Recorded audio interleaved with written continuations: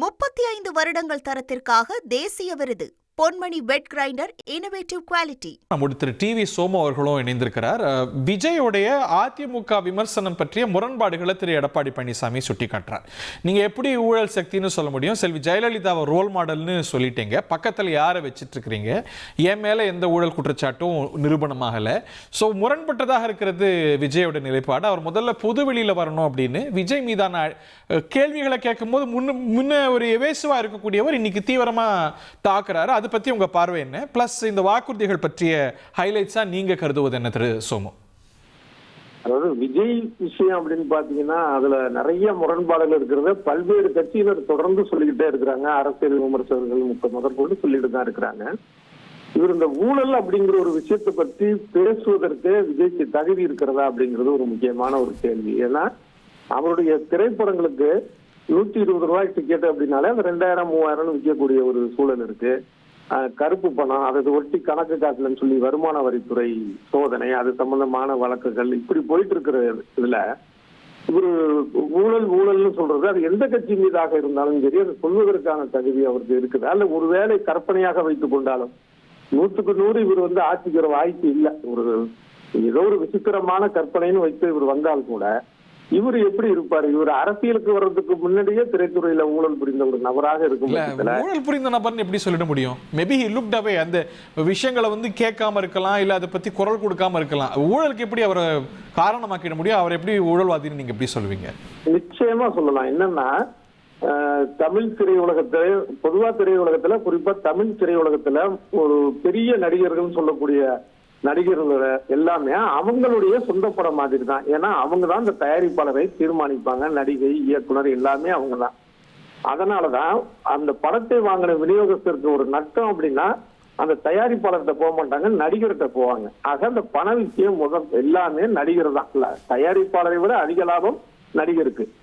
அப்ப அந்த மாதிரி இருக்கிற சூழல்ல இவருடைய படங்களுக்கு 2000 3000க்கு சட்டத்துக்கு முரணாக விற்கிறாங்கன்னா அவங்களுடைய ரசிகர்களை சொன்னதை இன்னைக்கு சோசியல் மீடியால எவ்வளவோ இருக்கு. அதுக்கு போராட்டம்லாம் கூட சில இடங்கள்ல நடத்திருக்கிறாங்க. அதிக விலைக்கு விற்கிறாங்க, நான் வாங்க முடியல. நீங்க சொல்ற இந்த கருத்து தான் விஜய் மேல தாக்குதல் முதல்ல செய்யும் போது அதிமுக வைத்தது. ஸோ அதுல நீங்க ஒரு மெரிட்ஸ் இருக்கிறதா பாக்குறதா புரிஞ்சுக்கிறேன். பிளஸ் இன்னைக்கு அவங்களோட அறிவிப்பை எப்படி பாக்குறீங்க? இது மக்கள் மத்தியில தாக்கத்தை ஏற்படுத்தும்னு நினைக்கிறீங்களா? தேர்தல் நிச்சயமா ஏற்படுத்தும்.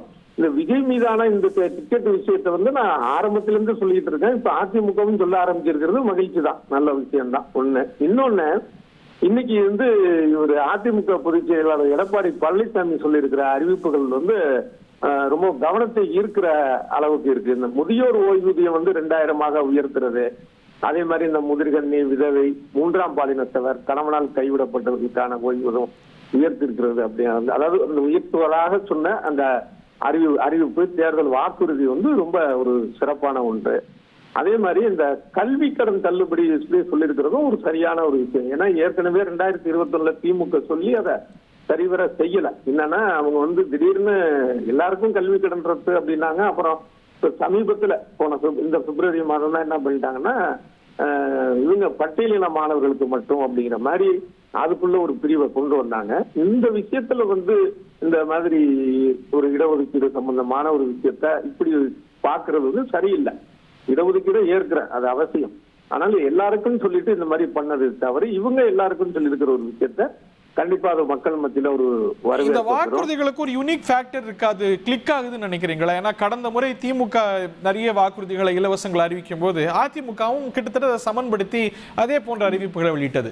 வாஷிங் மிஷின் வரைக்கும் கொடுக்குறோம் அப்படின்னாங்க. இன்னைக்கு திமுக செய்யும் போது அதிமுக இந்த வாக்குறுதிகளை கொடுக்கும்போது திமுக தரப்பிலே இதே போல வாக்குறுதிகள் இருக்கும்னு நம்ம எதிர்பார்க்கலாம்.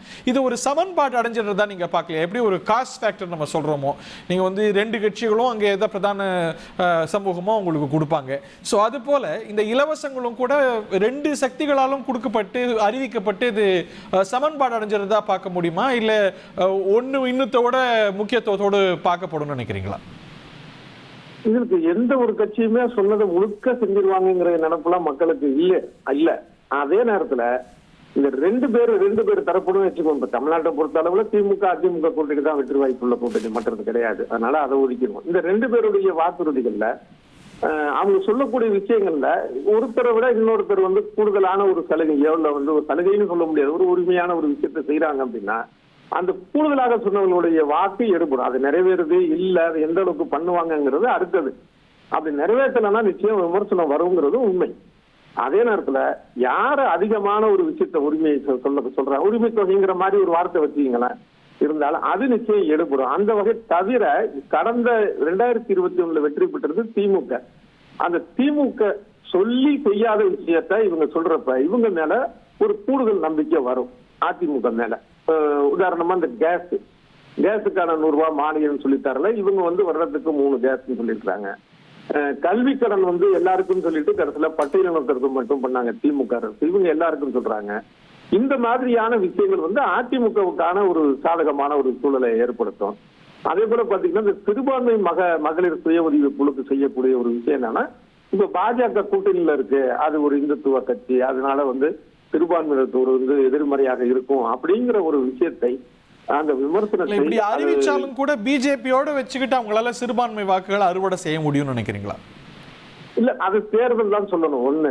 இன்னொரு விஷயம் வந்து என்ன அப்படி பார்த்தோம் அப்படின்னா, பல பேர் வந்து நம்ம பேச மறந்த ஒரு விஷயம், இந்த பாஜகவை மிகப்பெரிய அளவுல தமிழ்நாட்டுக்கு வந்து கொண்டு வந்தது திமுக தான். 2001 21 சீட்டு கூட சட்டமன்றம், அதுக்கு முன்னாடி அதிமுக கூட்டணியில எம்பி சீட்ல இருந்தாங்க. அதனால 2021 21 சீட்டு கொடுத்தது வந்து திமுக. குஜராத் கலவரம் நடந்த போது அதை பெருசா எடுத்துக்காதீங்கன்னு சொன்னது மறைந்த கருணாநிதி அவர்கள் திமுக தலைவர். ஒரு 2.5 தசாப்தங்களுக்கு முன்னாடி இருந்த கள நிலவரமும் அன்னைக்கு இருந்த பாஜகவும் இன்னைக்கு இருக்கிற பாஜகவும் இன்னைக்கு இருக்கிற நிலைமையும் வெவ்வேறு இல்லை. இன்னைக்கு ரியாலிட்டிஸ்ல மக்கள் வாக்களிப்பாங்களா இல்ல 98 99 பாஜக என்றும் ஒரே பாஜக தான். 1965 இந்து திணிப்பு காங்கிரஸ் செயல்படுத்த போது இந்து திணிப்பு அவசியம் சொல்லி பேசினது ஜனசங்கம். ஜனசங்கத்துடைய தலைவர் வாஜ்பாய் நாடாளுமன்றத்துல பேசினார். அன்று அந்த வாஜ்பாய் தான் இவர் வந்து சாத்தான முகம், இவர் வந்து ஒரு சேற்றில் முளைத்த செந்தாமரை அப்படின்லாம் கருணாநிதி சொன்னாரு. ஆனா அப்படிலாம் இல்ல, அவங்க எப்பயும் அதே தான். அதனால இது முன்னாடி பின்னாடி பாஜக எப்ப தோணுச்சோ அதோடைய மூலம் RSS எப்ப தோணுச்சோ அதுல இருந்து இன்று வரைக்கும் அவங்க அதே ஸ்டாண்டு தான். இதுல அப்ப அது மாதிரி நல்லா இருந்தாங்க, இப்ப இப்படி இல்லைன்னு சொல்றது வந்து இன்னைக்கு அவங்க யார் இருக்காங்கன்னு பாப்பாங்களா, அன்னைக்கு யார் இருந்தாங்கன்னு பாப்பாங்களா?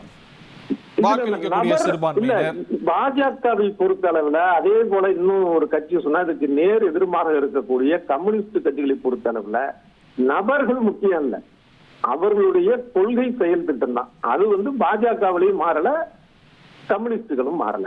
35 வருடங்கள் தரத்திற்காக தேசிய விருது பொன்மணி வெட் கிரைண்டர் இன்னோவேட்டிவ் குவாலிட்டி.